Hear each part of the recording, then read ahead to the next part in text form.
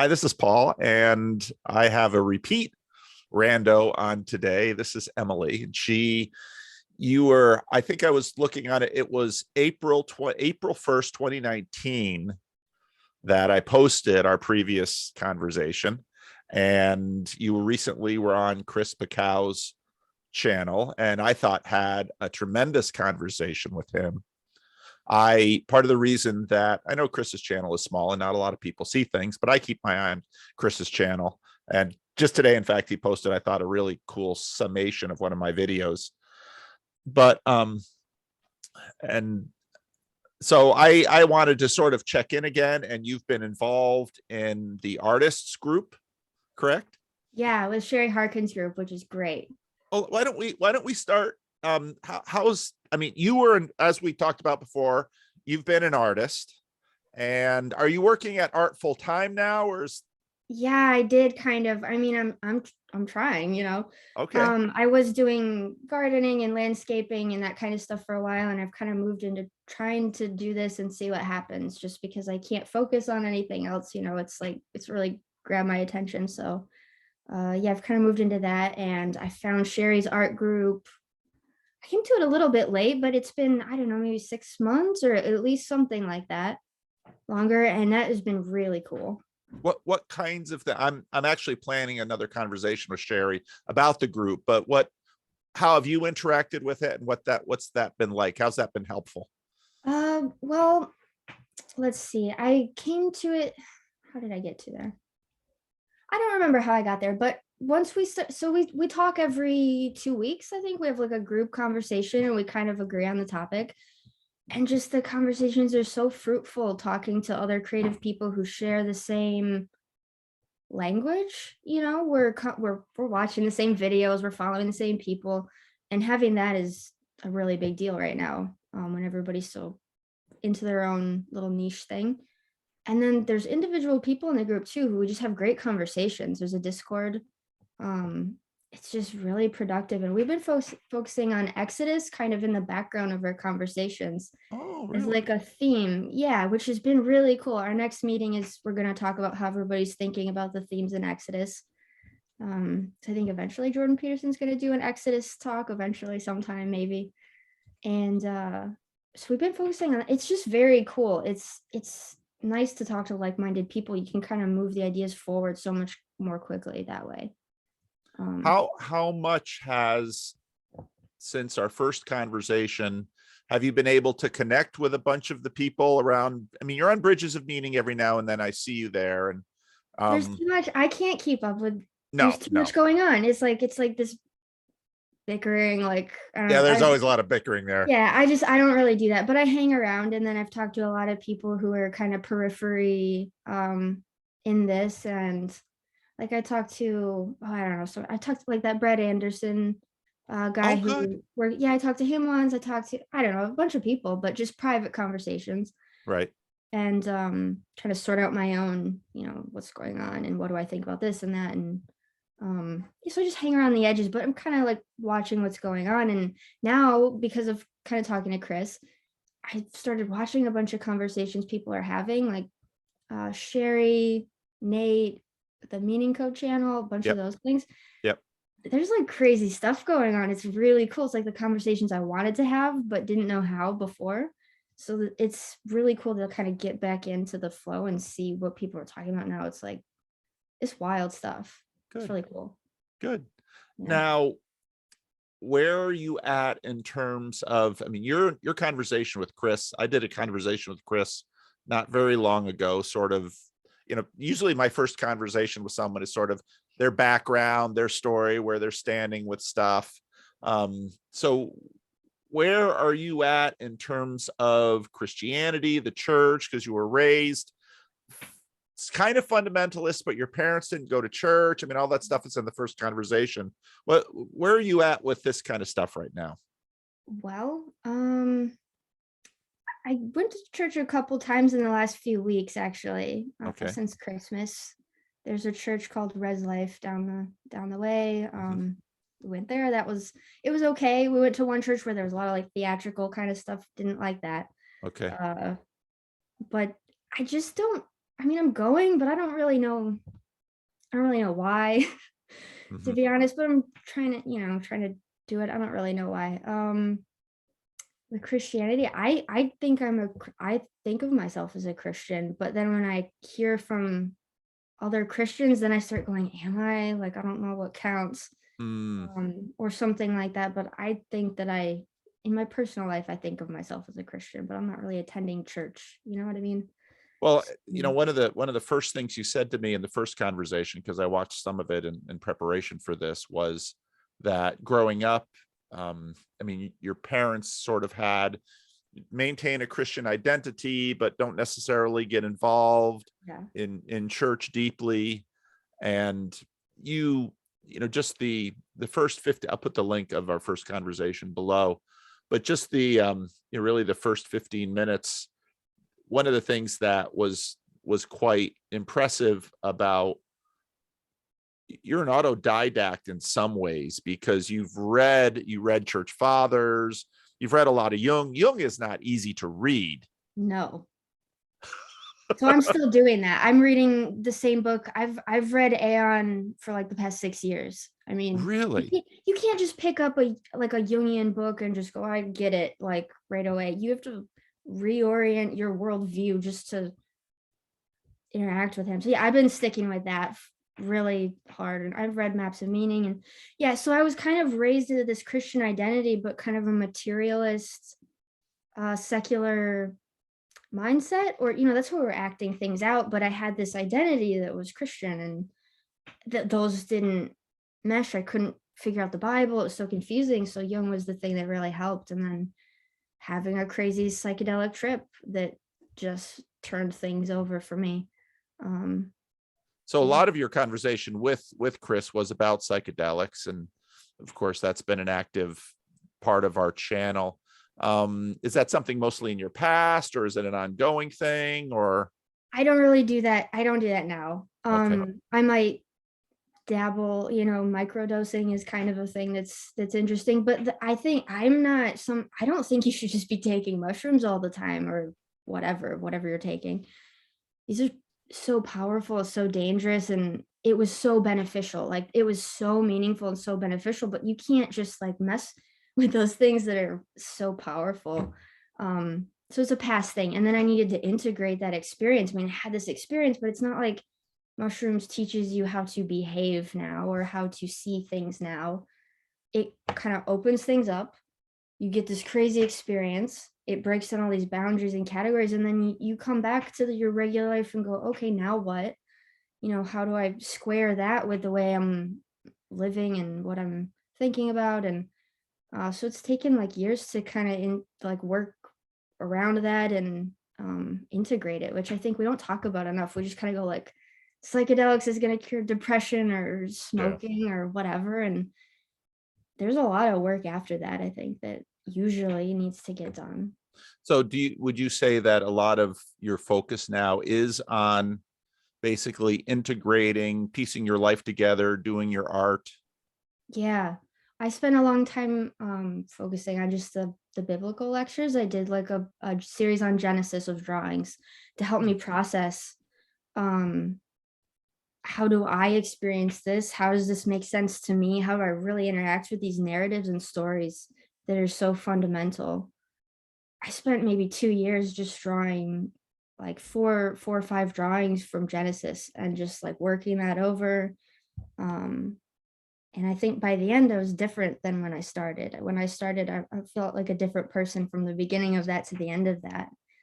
And it was a lot of integrating that experience that happened and sort of looking at Peterson, looking at Jung, reading some church fathers, all over the place, but trying to build a worldview that I could operate in, like a symbolic worldview that I could operate in, um, so that I could operate, instead of just kind of being stalled, not knowing what's going on. The materialist thing was not working, not making sense. So, uh, yeah, it changed a lot of things. And then now I'm kind of thinking about Exodus a lot, but I think it's going to be like a process. I've tried to start a big drawing for like 3 times and I can't seem to get there. So I think I have to let it bake more. But Hmm.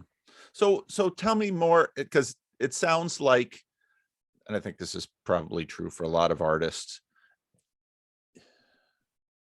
you do, I do videos in order to process. And I've learned that in, once I started doing videos, I very quickly learned that by the end of the video, I knew more, or at least I felt like I knew more than I did at the beginning of the video. And so, and I'm not always, there's a tension in that, where in some ways the video is supposed to be a product. And that's why I kind of put a disclaimer on my channel, because I regularly still get comments about, boy, he's sure rambling and he's going off on this and that, and I can't follow it. And it's like, yeah, you're kind of there for the creative process. Is that how you approach art? I mean, is that what it is for you? I think so. It's like trying to answer a question or trying to articulate something that is pre-verbal and just barely making it into images. If you have an experience that's so outside of everything that sometimes you can't talk about it. There's no words for that. So, but images will come up. You'll have dreams. I'm doodling all the, symbols coming up. You go, why is this such a thing now? Why do I have to focus on this symbol? But so it comes up in images and symbols and things like that first, I think, for me. And then and now I can kind of talk about it, but I couldn't even talk about it for so long. I had to kind of show it first, I think. And now I can kind of talk about it, depends, on the day. So what did you learn from, I'm interested. Now you do have a website, and I think is it the same? Do you have a website? Do you still have a website? I have one, but I need to work on it. So maybe I have to change a couple things. So maybe by the time you post this, I don't know how long it takes, but I can probably add a link for that. Okay. Maybe we'll wait for the link. I have an Instagram, and I do sell prints and stuff. You can look at my stuff, but my website's a little okay. You'll have to at least send me the Instagram, and then Instagram is usually a little more up to date than people's websites, because websites are a little more. So you did a series on Genesis, sort of following Peterson's lectures. And so can you, I mean, obviously that makes me really want to take a look at what you did. Do you have those archived at all anywhere, images of them, or did you just? Yeah, it's on Instagram. I think I sent you a couple, but they were attached. So I've done, they're out there. You can see them. If you go on my Instagram, you can see it. Okay. It's not traditional biblical illustration, I will say that, but right. It's kind of showing this sort of reorientation of experience that I've been having, I guess, or it's like the psychological, I call it the psychedelic Bible series, but really it's not about like taking psychedelics. It's about like the psyche, like, okay. More about that for me than like, psychedelics, like taking something and having seeing crazy stuff. So it almost sounds like in some ways that, you had at one point experimented with psychedelics, but it almost sounds like the art and the process are what's much more central in your processing now. Oh yeah, definitely. The psychedelics it's like a tool, or the way people are talking about it really concerns me now, because it's kind of like a pill. Yeah. Something you can take, a quick fix. It's just the beginning. The psychedelic it's not the thing, right? It doesn't get you anywhere. Like you have to still put in the work. There still has to be something after that. So it's not the thing. It's just kind of like it broke down these sort of categories I was living in that I thought were just solid, this sort of like materialist, like kind of rationalistic secular worldview. It just broke that apart, and I didn't have anything after that. It was very lost and chaotic, and then you kind of have to make sense out of all this like nonsense, right? So you're flooded with information, and you have to start picking apart and seeing what's meaningful and what's not, and what's valuable and what's not. And So the psychedelics is just, it's just like one piece of this way bigger thing. I mean, you can have a crazy experience without psychedelics. It's just as powerful and wild. And yeah, that it doesn't take psychedelics to, you know, have a crazy vision or something like that. Well, and you don't, I know a lot of people who have come into, I mean, often it's pieces of their life blow apart. Sometimes it's completely unwanted, but these dramatic and sometimes traumatic events in their life force them to take a look at everything. In some ways, so I'm working on, I'm really struggling right now to articulate this connection between like the critical drinker and his videos, which seems so in a certain place, and Jordan Peterson's, because in some ways they're working on the same project, and I want to sort of illustrate that. And I've had 2 failed video attempts, which is very unusual for me because I'll post just about anything. But people have to put their life together. And in fact, I think part of growing up is in fact this process of when I listened to it was in the esoteric conversation where they're talking about snakes molting, shedding their skin. At some point, even just the normal process of growing up, probably all of the things that are holding you are going to have to, deconstruct is a popular word now, in some ways going to have to come apart and die so that something new can emerge. I've been rereading C.S. Lewis's A Pilgrim's Regress, and there's a lot of flaws in that book in some ways, but it's also a quite a fun and prescient book, especially for being 90 years old. So I'm curious. Well, let me ask the question this way, because this is the question that popped into my mind. You're doing all this stuff. You're doing art. You're working through, you work through the Genesis stuff. Now with the art group, you're working through the Exodus stuff. What do you want, and what are you looking for? That's a good question. Um, well, there's an aspect of community in this kind of thing, but then again, online community is not the same as a real community. But there's such an exchange of information that can happen in this online space, and you can transform because of a conversation. So that's very real and cool. But I think maybe there's two, just because of being an artist, there's an aspect of just expressing my experience as I experience it, and what I'm really interested in. I don't know. I want to see this corner of things grow. I think this is where it's at. I think everything exciting is happening here with these like weird conversations that people are having, and this corner of things is so interesting. I don't see what's more interesting than this. I mean, we've got like Pajot putting out things. There's like there's something building up, and it's starting to get crystallized to where it can be expressed. I think there's, Pajot put out his comic book, his channel's growing, he's talking to tons of people, you're talking to people.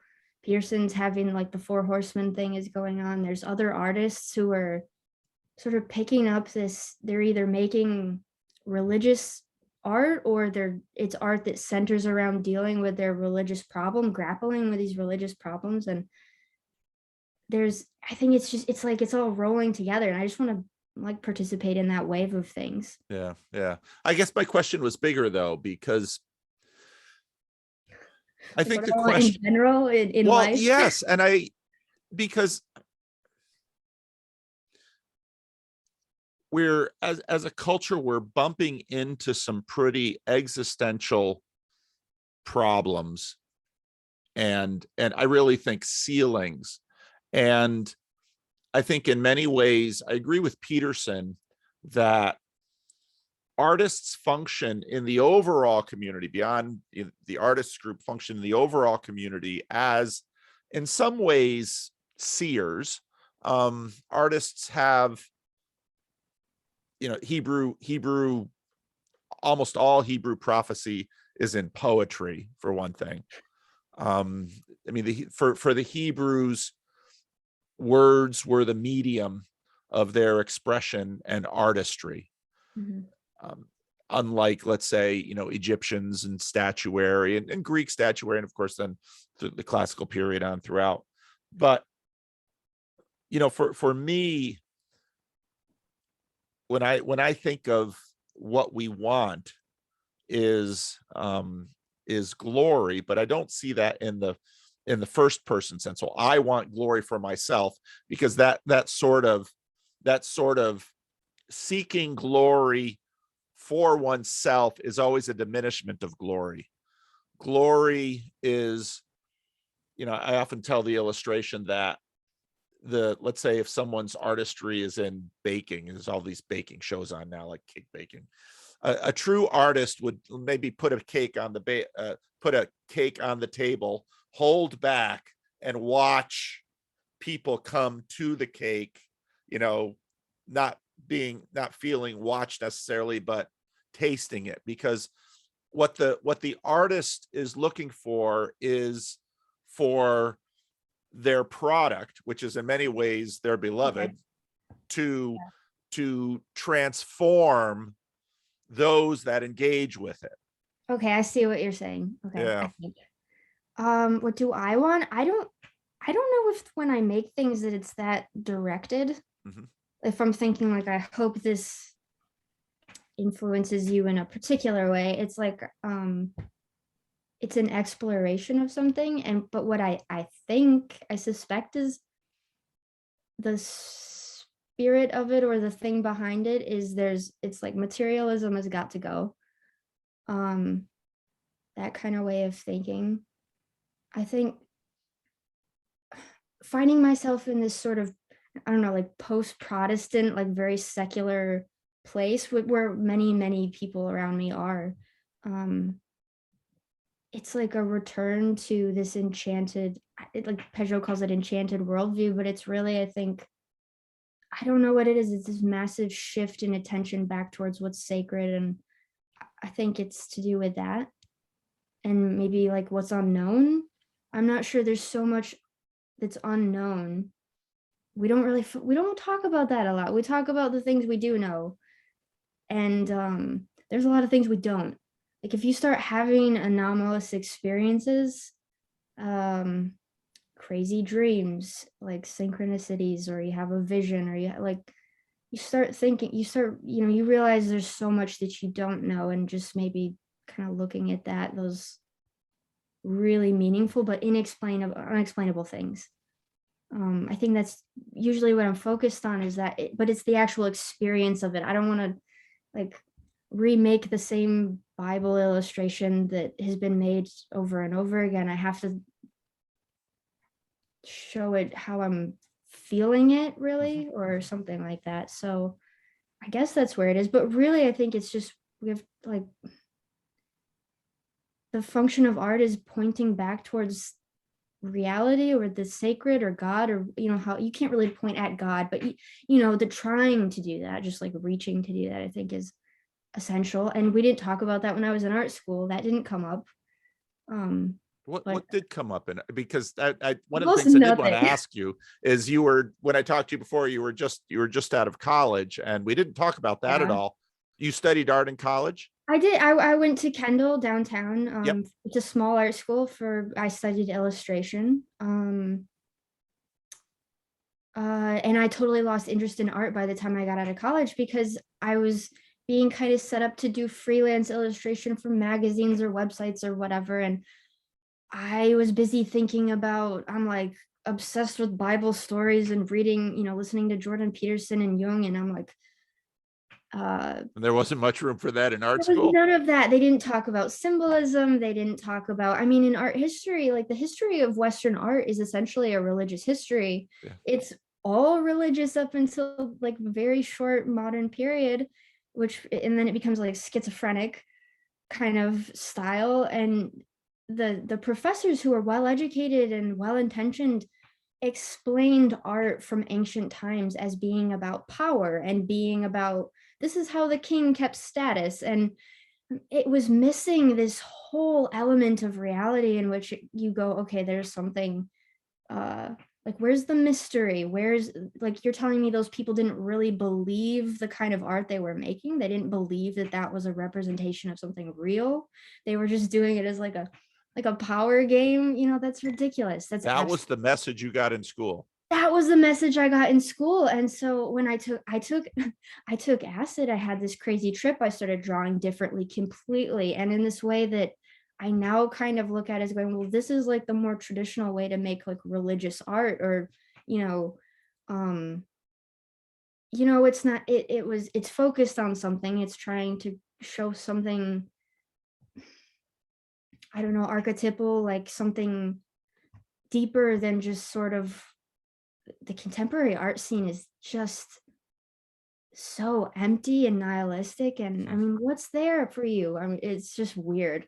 So I didn't learn about any of that, and I kind of pushed away from all of that. I started just working, like, I started doing like gardening and landscaping, because I'm like, I gotta just get away from that. And I listened to a lot of Pajot. That was the first person I'd ever heard who said art has like a sacred function. There's a real purpose behind this.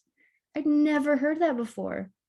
And I'm a person who probably would naturally gravitate to that kind of thing. He's influenced a ton of young artists that I'm following on Instagram and other places who are going, yes, this makes sense, this is helpful, we got to do this, right? And they're so into it, but it's just kind of an underground thing right now. It's just getting going. He's planting seeds. I think he says that, like, he's planted a lot of seeds. That's been so helpful for, it was helpful for me, for sure. This is fascinating. How, so Karen, of course, Karen Wong with the Meaning Code channel. I mean, she's an artist. Sherry with the artist group. Sevilla, I don't know if you know her as much. She's the she does the stuff on Persig and Zen and the Art of Motorcycle Maintenance. When I talked to her, she also went to art school, but then eventually she became a therapist, and so that's some of the stuff that she's been doing. Of Again, in listening to your story here, a lot of similarities and resonance between when I talked to Pajot the first time, because of course I did with him what I do with everyone, is I dig out the story a little bit.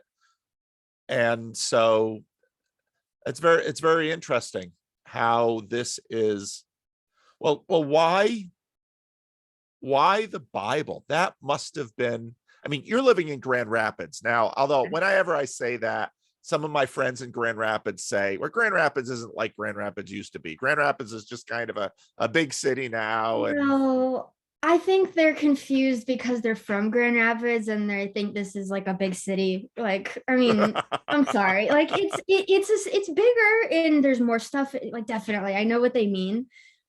But this is still kind of like a Midwest industrial city with like a strong church community, and there's like the Dutch, like the Dutch population here. Like the Dutch mafia, that's what it is. They're all friends with each other, they all go to the same school.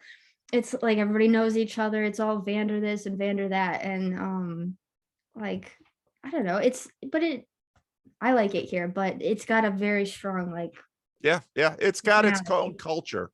yeah, definitely. But the Bible has been, it's interesting that the Bible has been so central in at least the art that you've talked to me about.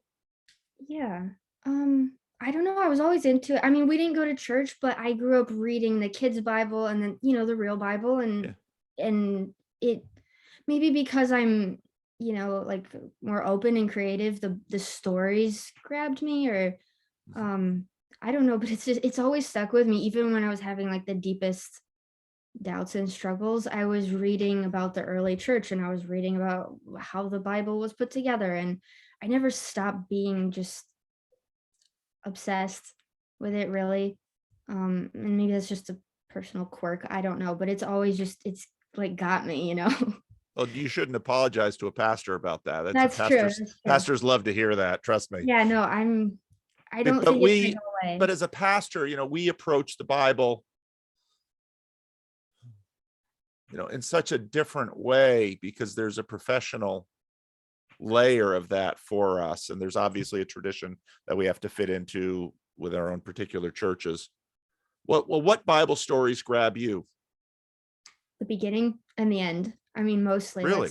Yeah. I mean, going through creation is like, if you read the beginning, the creation story, if you sit with that for a few months and you just look at it and you look at the patterns and you look at the way it's showing something, I mean, it's fractal and it's trippy and it's weird and it's so intense. And I mean, who doesn't? I mean, I like Revelation, probably because it's so full of imagery. Have you done any art from Revelation or tried that? No, that's too much. I'm saving that for when you're older. Yeah, when I'm older. Yeah. I think that's wise. That's too much. Yeah, I mean, I like it, but there's a lot going on there and I don't understand it. I'm not going to pretend that I understand. The book of Revelation is, in my opinion, I spent 75 weeks on it with my adult Sunday school class. In my opinion, the book of Revelation is an attempt to update the Old Testament prophets in the light of the apostles' experience with Jesus and the experience of Jesus in the new church. And so you can't understand the book of Revelation without understanding Exodus and Daniel and Ezekiel. It's like all of those things plus more put into that book. And every time I look at Christian illustrators attempt to render something from the book, I almost always think they're going about it the wrong way, because if you just read the descriptions, they're not linear. No, and there's so much, and I think when Peterson talks about Revelation, he says like, I think the guy was having a psychedelic trip. And I don't think so. Maybe, I don't know. Yeah. I don't think so either. I think the imagery is clearly drawn right from the Old Testament, but it's. Yeah. And I mean, I'm sure he's like saturated in that culture. So it makes sense to draw from those things. You can kind of make that argument that that's okay that he references all the old stuff, because of course he would be like, saturated in those symbols and things. But I just think you don't have to have a trip to have a time. Like, those things happen to people. Yeah. I mean, people see things. So I don't know. And I just don't know enough about it. It's so dense. It's like, just getting into Exodus is like, that's enough. It's so much, I mean, Genesis was enough. That was a lot. Good. So good. Yeah. Good. Well, I've peppered you with questions. I don't know if you had anything you wanted to ask me or pursue me about. I don't know if you've kept up on. I put out way too many videos for anybody to follow. Yeah, there's too many videos. I don't know about questions. I'm just excited to see where this goes, I guess. I don't know. It seems like it's going places. People are doing things. So I don't know about questions. There's just like too many things, to fit into one conversation. Yeah. Well, I just wanted to check in, and because I saw you on Chris's channel, and so I just wanted to. You looked like you were doing fine, and it sounded like you were doing fine, and I wanted to see where these last, going on 3 years now. It'll be 3 years this coming April. Yeah. Where that took you. So I'm glad to see you're still working your art, and I too am excited to see where all this takes you. Yeah. I'm doing Chris wrote a children's book. Really? And he couldn't get it. He didn't get it like illustrated and stuff before, but we're going to work together on that now. It's a children's book kind of based around the book of Job. We're doing that, which is a children's book based on the book of Job. But he did a really good job writing it. I saw it and I was like, this is cool. This is really cool. And there's been some really cool conversations between people about stuff surrounding those topics, like kind of in the, in the different channels. And so we're starting that. We're excited about it. I'm hoping that like real things come from, like these conversations, like collaborations and actual interesting things. We've still got the Grand Rapids meetup going on here, which people should come to. I'm hosting the next one, so people should come. Not enough people are coming. Well, one of these days, because Grand Rapids is a place before COVID, it's a place I got to with relative frequency. If I'm, for example, this summer, if I'm a synodical deputy or a synodical delegate, I'll be heading to Grand Rapids. And so if I do, I definitely want to meet the Grand Rapids meetup. Yeah. Bonnie and Bernie have been hosting it and they're great, but they're going to be gone. So I'm going to like kind of stand in for them a little like next time. But I know there's people in Grand Rapids and they should come because I know like I know they're there. They're just not showing up. So well, maybe we'll have to time this video. How close is the meetup date? Next one is 3 weeks. Oh, good. So we got time. Yeah. So maybe get to me any links that you want to include with this video and your Instagram and all of that. And then we'll see if we can beat the bushes in Grand Rapids and see if anybody else decides they want to come out. Yeah, that would be great. There's one more thing I want to toss out there as long as we're talking about stuff like that. So I've been kind of putting this off because I haven't really been talking to the, this little community that much in the past few years. I've been getting my own stuff together, but I'd really love to talk to people who either have had a psychedelic experience or have had a religious experience that's been transformative. Okay. Because I've talked to some people privately who've had, it seems like the same story. Something crazy happens to them. They're trying to work through it. And I'd love to just talk to more people who are having that and compare what's going on with people and how that's going. And yes, I've talked to people privately, but it'd be cool to kind of get a wider audience in this circle, like talking about that, I think. Do you know the Randos United channel? I know I'm subscribed to it, but I don't really know what they're doing there. Look for a recent conversation, and both these guys are on the Discord server, a recent conversation between Kalepa and John. That did pop up in my video. It's 2+ hours, but Kalepa he doesn't walk through his whole story. He's been on my channel before. He told his story on my channel. He told his story to Job early on an audio version, but he walks through the entire psychedelic aspect of his journey in that video. I'll put that video below too. I thought that was one of the best personal testimonies that I've heard that sort of balances all of this stuff out. And he's at this point now, he has a fair amount of perspective on it. And so that, if you're interested in that, I definitely pursue Kalepa and do a conversation with him. Yeah, definitely. And also Nick. I don't know. I call him For Cult Nick sometimes. I don't know who that is. He's also in the Discord server. He was the one who hosted John Vervaeke when John Vervaeke was on the Discord server doing the question and answer for me. Okay. He's an artisan in Santa Cruz here in California. And I've done a whole series of his story on my channel. And he also has a fair amount of experience with this. So again, if you go onto the Discord server and look for Kalepa and look for, I forget what Nick's handle is there, but if you ask and you say, this is the Nick that Paul's talked to, calls him he'll show up too. Those are two guys you very much want to talk to because they've both got a lot of wisdom and some ballast and experience. And, those are often the kind of people you can gain a lot of wisdom from because it isn't a new discovery for them. It's integrated into their story and they've figured out how it's worked with them. I think that would be great. I think when Peterson said on that 4 Horsemen video that the church is going to have to talk about psychedelics, I just think we should get that going. We should start having these fringe conversations about it.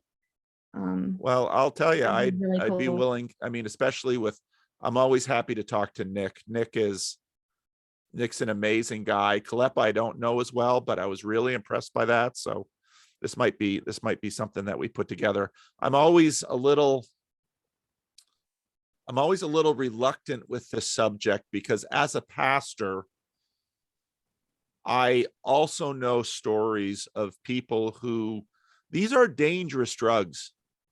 Yeah. And I know people who have experimented with these drugs and other drugs. They've stroked out. I mean, they've been permanently disabled Yeah. It's because not of a their joke. experimentation. And so, Totally. And I think maybe that's why we should talk about it, because it's seeping into the culture. It's yeah, becoming, I mean, it's probably going to become legal before too long, yeah, and people are going to do it, and they're going to look for places to say, hey, is anybody else going through this? Is yeah, this happening to other people? And, the secular culture isn't going to be able to provide, I don't think, a meaningful enough framework to work yeah. through something like that. So I just think it's something that might be cool to get into, particularly here in this little community. Okay. Yeah. Okay. Well, send me the links that you want included. If you want a little bit more time to spruce up your website, that's Yeah. fine. There's no urgent need to release this. And, but we'll get it out before your, and then send me the, some, whatever contact you're using for your meetup so that people who'd say, I want to go to the Grand Rapids meetup, and they can then figure that out. So Yep. Yep. sound good? That, yeah. Yeah. Great Well, talking to thanks you again, for, Emily. that was great talking to you too, Paul. All right. Take care. Bye-bye.